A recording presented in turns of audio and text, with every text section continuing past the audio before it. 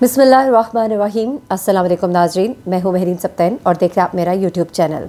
नाज़रीन, कराची के साहिल पर, कराची 2 दरिया पर फरहान शहीद पार्क के करीब समंदर की हदूद में एक छलांग लगाकर ख़ुदकुशी करने वाली लड़की का किस्सा जो है 2 दिन से गर्दिश कर रहा है। इस बारे में तमाम तर तफसीलात मैंने हासिल की। SSP साहब जो है रज़ा साहब, उनसे भी मेरी बात हुई और उनको मैंने फ़ोन किया। उसके अलावा कुछ और मालूमात मुझे हासिल हुई। मैंने कहा पूरी मुकम्मल तफसील के साथ मैं आपके पास बैठती हूँ और आपको बताती हूँ कि पूरी स्टोरी क्या है। किस तरह से वो लड़कियाँ जो घरों से काम करने के लिए निकलती हैं वो एक आसान हदफ हो जाती हैं और किस तरह से आसान हदफ नहीं होना चाहिए, उनको अपने आप को किस तरह से मजबूत बनाना है, वो भी मैं कुछ आपको बताऊँगी लेकिन आखिर में। लेकिन पहले ज़रा ख़बर की तरफ आ जाते हैं। ये लड़की जो है, पहले इसके बारे में आ रहा था कि ये लड़की यहाँ पे कई सालों से काम कर रही है, लेकिन जो अभी इब्तदाई मालूमात मुझे हासिल हुई है उसके मुताबिक 2 साल से ये लड़की यहाँ पे काम कर रही थी। नॉट एज नर्स, क्योंकि इनिशियली ये इन्फॉर्मेशन दी गई कि ये एज नर्स काम कर रही थी, लेकिन जो अभी मालूम हो रहा है वो एज अ वेट डॉक्टर, जानवरों की डॉक्टर के तौर पे यहाँ पे काम कर रही थी। डॉक्टर सारा मलिक इसका नाम है। एक पुलिस वाले की ये बेटी है और उसके अलावा डॉक्टर सारा मलिक के साथ एक और लड़की यहाँ पे काम करती है जिसका नाम है डॉक्टर बिस्मा। उसे नर्स बताया जा रहा है, लेकिन कुछ लोग कह रहे हैं कि वो डॉक्टर, बेसिकली ये वेट हॉस्पिटल है, यानी कि जानवरों का डॉक्टर, जानवरों का अस्पताल है और यहाँ पे इन सबको डॉक्टर ही कहा जाता है बनिस्बत नर्स के। और एग्जैक्टली बिस्मा के बारे में मुझे अभी इन्फॉर्मेशन नहीं है कि वो नर्स है कि डॉक्टर है। अच्छा, एनीवे, यहाँ पे एक है डॉक्टर शान। डॉक्टर शान जो कि यहाँ पे इनका सीनियर है, इनका से बड़े बॉस है, यहाँ पर वो सारा करता धरता है। अच्छा, अब हुआ क्या जनाब के गुज़िश्ता रोज़ इत्तला मिलती है कि एक लड़की का पर्स जो है वो साहिल समंदर पर मिला है और लड़की के बारे में ये कहा जा रहा है कि उसने छलांग मारकर ख़ुदकुशी कर ली है, जिसके बाद इधी के गोताखोरों को बुलाया जाता है और गोताखोर जो है वो उसके बाद फाइनली लड़की की लाश जो है वो निकालते हैं और पुलिस ने लड़की के वालिद की मुद्दत में साहिल थाने में इसका अगवा का मुकदमा जो है वो दर्ज कर लिया था पहले। अब जो तफसीलात है वो मैं अब आपको बताऊंगी। बड़ी खौफनाक तफसीलात है, तकलीफ दे तफसीलात है। एक है डॉक्टर शान सलीम, मेन कैरेक्टर, साथ में एक और खातून बिस्मा जो कि नर्स है गालबन, और जिसकी वजह से वालिद का ये कहना है कि मेरी बेटी ने खुदकुशी की है। FIR में उन्होंने कहा कि मेरी बेटी ने, अच्छा, अब एक बड़ा ही अहम फ़ोन जो है, ये बच्ची जो है ये खुदकुशी करने से पहले अपनी माँ को करती है, रोते हुए एक फ़ोन करती है। उस फ़ोन ने इस कहानी का रुख बदल दिया क्योंकि कहानी पहले कुछ और निकल रही थी। पहले मैं बता देती हूँ कि वालिद साहब ने क्या बताया। उन्होंने कहा कि मेरी बेटी ने 6 जनवरी को पहले घर फ़ोन करके अपनी माँ को बताया कि डॉक्टर शान सलीम ने उससे ज़्यादती की है और इसकी मद में जब फिर मुकदमा दर्ज किया गया और फिर इस पहलू पर जब तमाम तर तफ्तीश का रुख किया गया तो बड़े हौलनाक चीज़ें सामने आना शुरू हुई। बड़ी तकलीफ़ हुई जानकर। 2 CCTV फुटेजेस, एक CCTV फुटेज जिसके बारे में इसके ताया ने कहा कि मेरे बेटे जो है, जिस वक्त हमने सुना कि साहिल समंदर पर ये वाक़या हुआ है, एक पर्स मिला है उसमें इस बच्ची के कागजात है, उसके बाद हमारे बेटे जो है वो फ़ौरन हॉस्पिटल पहुंचते हैं और वहाँ जाके CCTV कैमरे की फुटेज निकाल के देखते हैं। उस फुटेज के अंदर वो कहते हैं कि देखा गया कि सारा जो है रोती रोती हॉस्पिटल से बाहर निकलती है और उसके बाद वो एक लड़की के साथ बात करती है और वो वहाँ से गायब हो जाती है। उसके बाद नहीं मालूम कि वो कहाँ जाती है। वो लड़की जिसके साथ वो बात करती है उसका नाम है बिस्मा। अब यहाँ पर ज़रा रुकते हैं। ये एक वो CCTV फुटेज है जिसका कि पहले जिक्र किया गया। अब ज़रा आगे बढ़ते हैं। इसके ताया कहते हैं कि उसके बाद जब हम दोबारा CCTV फुटेज हासिल करने के लिए गए तो वो फुटेज जो है वो डिलीट कर दी गई थी, लेकिन ये फुटेज जो है अब रिट्रीव की गई और इस फुटेज के अंदर जो मनाजिर थे वो बहुत ही मुख्तलिफ है। जिसके बाद पुलिस ने इस डॉक्टर के कमरे पर भी छापा मारा और वहाँ से भी कुछ चीज़ें मिली। वो क्या चीज़ें थी? वो थी इस लड़की के बाल और कुछ ऐसे चीज़ें मिली जिससे ये अंदाज़ा लगाया जा रहा था कि लड़की के साथ इस कमरे में ज़्यादती हुई है। जी हाँ, वहाँ से सैंपल, DNA सैंपल सब इकट्ठे कर लिए गए हैं। डॉक्टर के उस कमरे में बच्ची के साथ ज़्यादती, लड़की के साथ ज़्यादती जो है उसके कुछ शवाहिद मिले हैं, लड़की के बाल मिले हैं, कुछ ऐसे सबूत मिले हैं जिससे साबित हो रहा है कि इस शख्स ने उस लड़की के साथ ज़्यादती की है हॉस्पिटल के अंदर। उसके बाद क्या होता है जनाब के जो CCTV फुटेज रिट्रीव की गई है, ये दूसरी फुटेज, यानी कि मैं अब इसे कहूँगी है तो बेसिकली वही, लेकिन इस फुटेज के अंदर कुछ और नए इंकशाफात हैं। इस फुटेज को जब गौर से देखा गया तो ऐसा मालूम होता है कि 12 से 1 के दरमियान ये लड़की जो है ये हॉस्पिटल में, यानी कि बाहर कॉरिडोर्स वगैरह में कहीं भी नज़र नहीं आ रही। उस डॉक्टर के कमरे में कोई भी सीसीटीवी कैमरा नहीं है।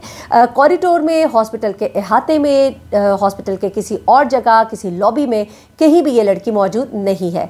उसके बाद 12 से 1 के बाद 1 बजे अचानक ही ये लड़की बाहर निकलती हुई दिखाई देती है और जो डॉक्टर के कमरे के बाहर भी कोई ऐसा कैमरा नहीं है कि मालूम हो सके कि वो इस कैमरे से निकली है। बड़ी चालाकी के साथ इस कैमरे की एडजस्टमेंट जो है इस डॉक्टर के हॉस्पिटल में की गई है, क्योंकि इस डॉक्टर का माजी जो है बड़ा ही शानदार है और ये इस तरह की हरकतों से भरा हुआ है जो अब तफसीलात सामने आ रही है। अच्छा, उसके बाद ये लड़की जो है ये हॉस्पिटल से रोती हुई परेशान हालत में बाहर निकलती दिखाई देती है और ऐसा लगता है कि बिस्मा नामी खातून जो कि नर्स है या व्हाट्सोएवर, वो इसके पीछे भागती भी आती है और ऐसा लगता है जैसे इसको मनाना चाह रही है या इसको कुछ समझाना चाह रही है। उसके बाद ये लड़की जो है कहाँ जाती है किसी को कुछ नहीं पता। उसके बाद इसकी एक कॉल अपनी वालदा को और उसके बाद उसका पर्स मिलना साहिल समंदर से।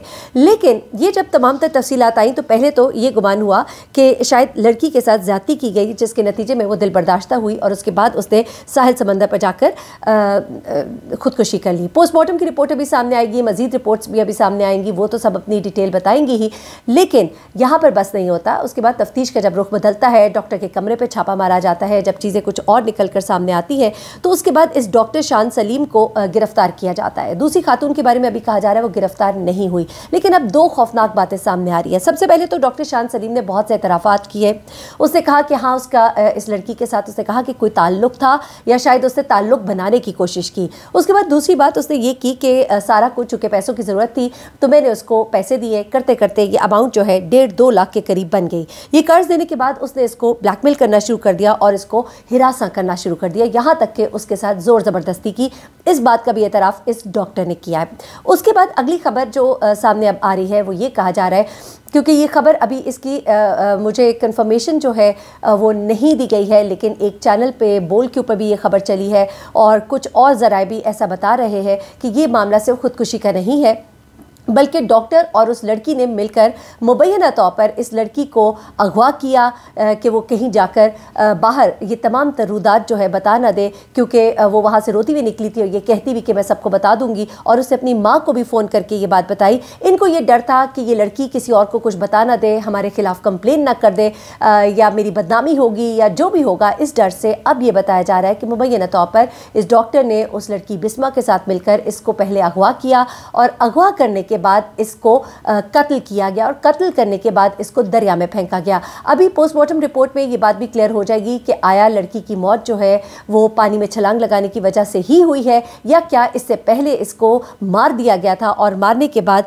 इसको पानी में फेंक दिया गया था। ये तमाम चीज़ें जो है ये अभी सामने आनी बाकी है। जैसे वो भी सामने आएंगी वो सब भी मैं आपके सामने रख दूंगी। लेकिन डॉक्टर शान अभी तक बहुत सी बातों का एतराफ़ कर चुका है। उसने एक बात तो ये भी किया कि ज़्यादती करने की वजह से वो रोती हुई बाहर निकली थी और उसने इस ज़्यादती का जिक्र रोते हुए ऑफिस में साथ काम करने वाली लड़की से भी किया था और मुल्ज़िम डॉक्टर शान सलीम को गिरफ़्तार किया गया है, उसे तफ्तीश में शामिल किया गया है।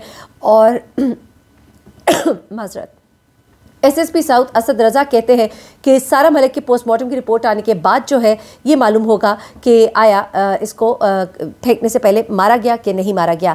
अब ये चीज़ें जो है ये सामने आ रही हैं, मज़ीद कुछ डिटेल्स भी सामने आ रही हैं, बड़े खौफनाक इंकशाफ हो रहे हैं।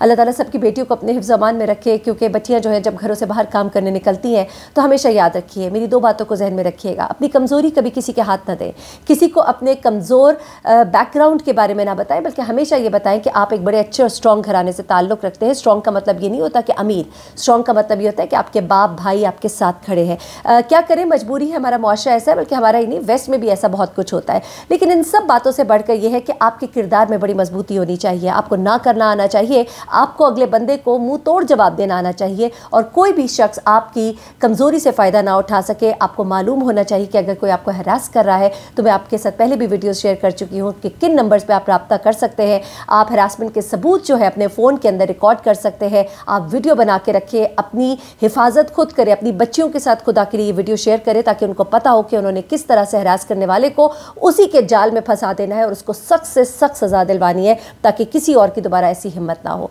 अल्लाह ताला सबकी बेटियों को अपने हिफ्ज़-ए-मान में रखे। इस केस में मजीद डेवलपमेंट्स अभी हो रही हैं, हो सकता है कुछ बातें मैंने जो बताई हैं उस पर कुछ तब्दीली भी हो आने वाले वक्त में, लेकिन जो भी डिटेल्स होंगी मैं लेटेस्ट अपडेट्स आपको लेकर दूंगी। कुछ बातें जो है वो SSP साहब अभी डिस्क्लोज नहीं कर रहे क्योंकि ये जाहिर सी बात है एक ऑनगोइंग केस है, एक सेंसिटिव केस है, लेकिन जैसे ही कुछ बातें मेरे सामने मजीद आएंगी क्योंकि ये अब बात जो है खुदकुशी से आगे निकलकर कत्ल की तरफ चली गई है, इसमें जो शवाहिद मिलेंगे, क्या सबूत मिले उन्हें, किसकी बिना पर ये तमाम चीज़ें सामने आई और क्या इस बात का एतराफ़ उस डॉक्टर ने अपने मुंह से कर लिया है कि वो इस कत्ल में शामिल है, तो तमाम तफसीलात से आपको आगाह करूँगी। अपना बहुत ख्याल रखिएगा, दुआ में याद रखिएगा। अल्लाह हाफ़िज़।